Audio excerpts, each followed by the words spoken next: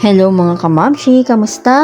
Ngayong hapon nga mga kamamshi, nagkaroon tayo ng bisita, dinalaw tayo ng pogi kong inaanak. Hoy! Bago nga ang lahat mga kamamshi, nagluto nga muna ako ng itlog na pang-almusal ni Ashel dahil naubusan na naman tayo ng lugaw ni Ate Weng. Paano ba naman kasi? Alas 10 na natulog si Ashel, ayan, alas 8 nagising. Wala naman choice si Ashel kundi kainin na lang ang itlog dahil wala nang ang lugaw. Itong si Ashel naman minsan mapili din sa almusal ang gusto ay lugaw lang. Pagkagising nga niya kadalasan pumupunta na kay Ate Weng para bumili ng lugaw pa almusal niya.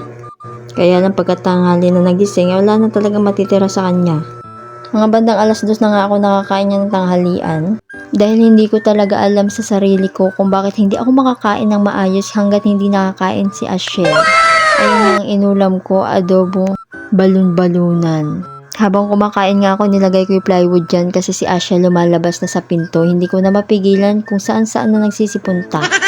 Ito nga imbis na mainis natuwa pa sa plywood. Nakuha niya pang maglaro at maglibang. Itong bata na to, napakasimple ng kaligayahan. Itong mga laruan na to, pag nagpunta ka dito, puno kami ng mga bote. Para kaming junk shop dito. Pagkatapos ko nga kumain at maglaro ni Ashel, pinatulog ko na siya ayang bumbagsak. Hindi ko na napansin na ganyan na pala posisyon niya sa higaan. Niligpit ko na din ang mga kalat niya at pinaghugas ko na yung mga pinggan. Dahil aminin natin mga kamamshi, pag makalat ang lababo, makalat din ang bahay. Kaya talaga pagka malinis na yung bahay mo at makalat ang lababo mo, nako ay makikita mo.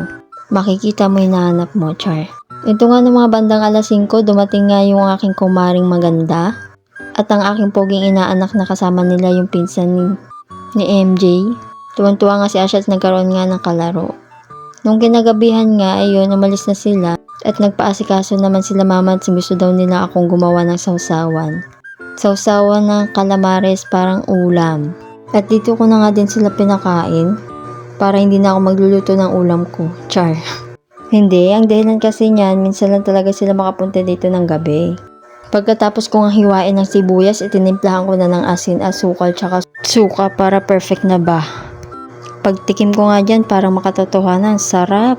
Huy, salamat! Grabe na yung pagka-OA ng pagka-voice message ko dito. Huy, anong voice message? Voice record! Bago nyo nga ako pagtawanan, ito batang to nag-aabang na. Yan, pagkatapos kumain, naglaro na din. Marami din naman siyang nakain kaso iba ulam niya. I-share ko lang, tinola ulam niya. Bata nga nito, wala nakasawaan sa paglalaro. Pero okay na din yan, masigla. Thank you Lord. Pagkatapos niya nga maglaro, pinunasan ko ng likod, hinugasan ko ng katawan. Hindi ko na din na-video ang pagbibihis sa kanya. Dahil grabe ba? Apakalikot ng batang Ray. Ito lang naman ang ganap ngayong araw. Yun lang, salamat!